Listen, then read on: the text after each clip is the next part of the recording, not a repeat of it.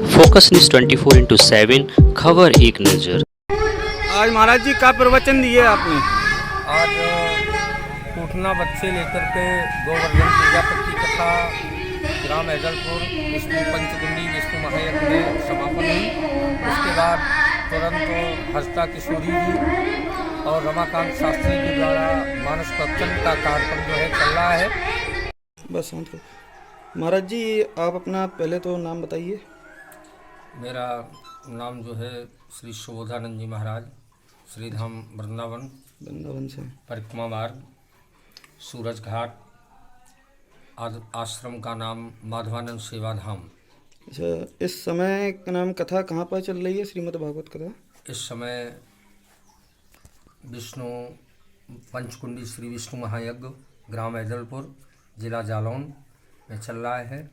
और आज इसका पंचम दिवस, जिस पंचम दिवस में भगवान कृष्ण की बाल लीलाओं का वर्णन करते हुए गोवर्धन पूजा तक की कथा का जो है आज निरूपण किया गया है।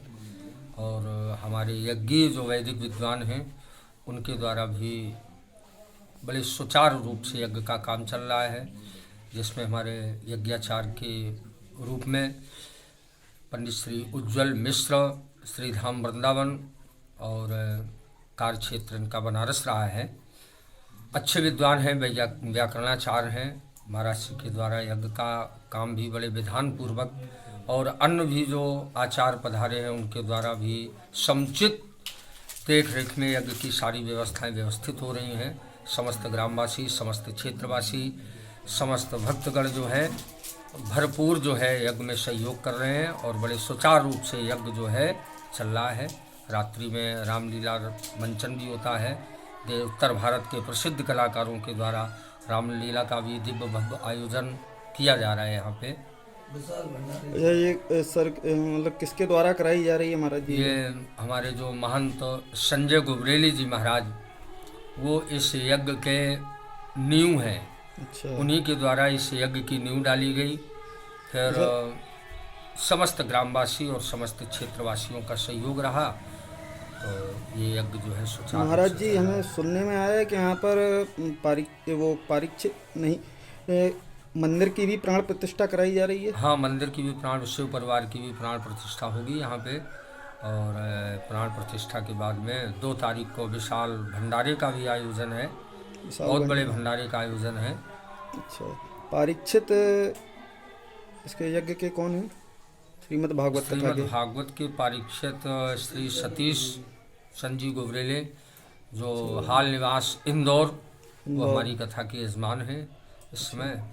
और उनका भी बहुत श्रद्धा भाव से काम कर रहे हैं, पूजन कर रहे हैं और बड़े भाव से, बड़े भावुक होकर के भाव से कथा श्रवण कर रहे हैं। सारी व्यवस्थाएं व्यवस्थित भी कर रहे हैं, जहाँ भी कमी।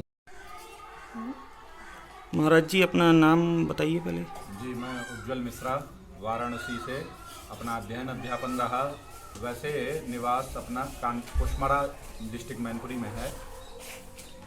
अच्छा जी, आप श्रीमद् भागवत कथा में यहाँ ऐदलपुर में आए हैं जी, तो इसके बारे में ज़रा कुछ बताइए। हम यहाँ यज्ञाचार्य का दायित्व संभालने आए हैं। अच्छा, यज्ञाचार्य का पद हमें यहाँ पर मिला है। और इस यज्ञ में, श्री विष्णु महायज्ञ में, मेरे ही कई एक सहपाठी मेरे साथ में हैं, जो कई एक हमसे सीनियर भी हैं, जूनियर भी हैं, सभी वेद पाठी, कुछ उरई से, कुछ कालपी संस्कृत महाविद्यालय से हैं, जो कि यहाँ विष्णु महायज्ञ में मेरे सहायक हैं। तो आज के बारे में, कार्यक्रम के बारे में ज़रा कुछ बताइए। आपके क्या क्या विष्णु कार्यक्रम? महायज्ञ में देवताओं के पूजन के उपरांत मुख्य प्रधान देव की आहुतियाँ हुई हैं, जो कि भगवान विष्णु हैं।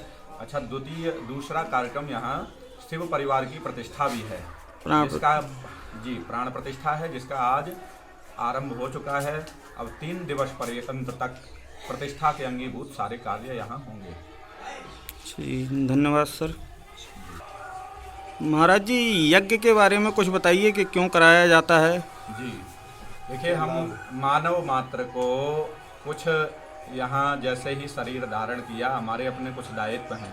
वो दायित्व हमारे अपने तक सीमित नहीं है और निज शरीर से जुड़े हुए जो संबंधी जन हैं उन तक सीमित नहीं है। हमारा मानव मात्र का दायित्व संपूर्ण सृष्टि के प्रति होता है और सृष्टि से इतर भी हम आस्तिक जन समस्त लोकों में देवता, ऋषि, गंधर्व आदि सबके निमित्त अपना दायित्व समझते हुए उनके लिए जो हमारे अपने कर्तव्य हैं उनका पूरा करने के लिए हम नित्य प्रयास करते हैं। उसमें हमारे यहाँ जो पंच महायज्ञ हैं उनमें से देवताओं के निमित्त जो हमारे दायित्व हैं उसमें ये देव यज्ञ आदि करते कराते हैं हम। तो ये जो विष्णु महायज्ञ है इसमें समस्त देवताओं की तृप्ति के लिए हम नित्य उनका यजन और विविध साकल्य सामग्री आदि के द्वारा उनको आहुति देते हैं, जिससे हमारे ऊपर जो देवताओं का ऋण है, ये जो वायु हमें सुखद स्पर्श देती है ना, ये जो सूर्य की रश्मियाँ जो हमारे आरोग्यता, पुष्टि आदि का कारक बनती हैं, इनके प्रति जो मानव मात्र का जो ऋण है उससे उऋण होने के लिए हम यज्ञ आदि का आयोजन करते हैं। जब हम यज्ञ करते हैं तो ये वातावरण पूरा शुद्ध होता है, पवित्र होता है। ओजोन आदि वैज्ञानिक आज कहते हैं ओजोन की जो परतें हैं जो कि नष्ट हो रही हैं, नित्यमेव पर्यावरण को हानि हो रही है, तो इस यज्ञ मात्र से ही पर्यावरण स्वच्छ होता है, जिससे समस्त सृष्टि में कल्याण होता है। समस्त सृष्टि में जो भी मानव ही नहीं, मानव से इतर भी जो भी प्राणधारी जीव है उन सब का कल्याण यज्ञ के माध्यम से होता है। इसलिए हम ये यज्ञ आदि का अनुष्ठान करते हैं।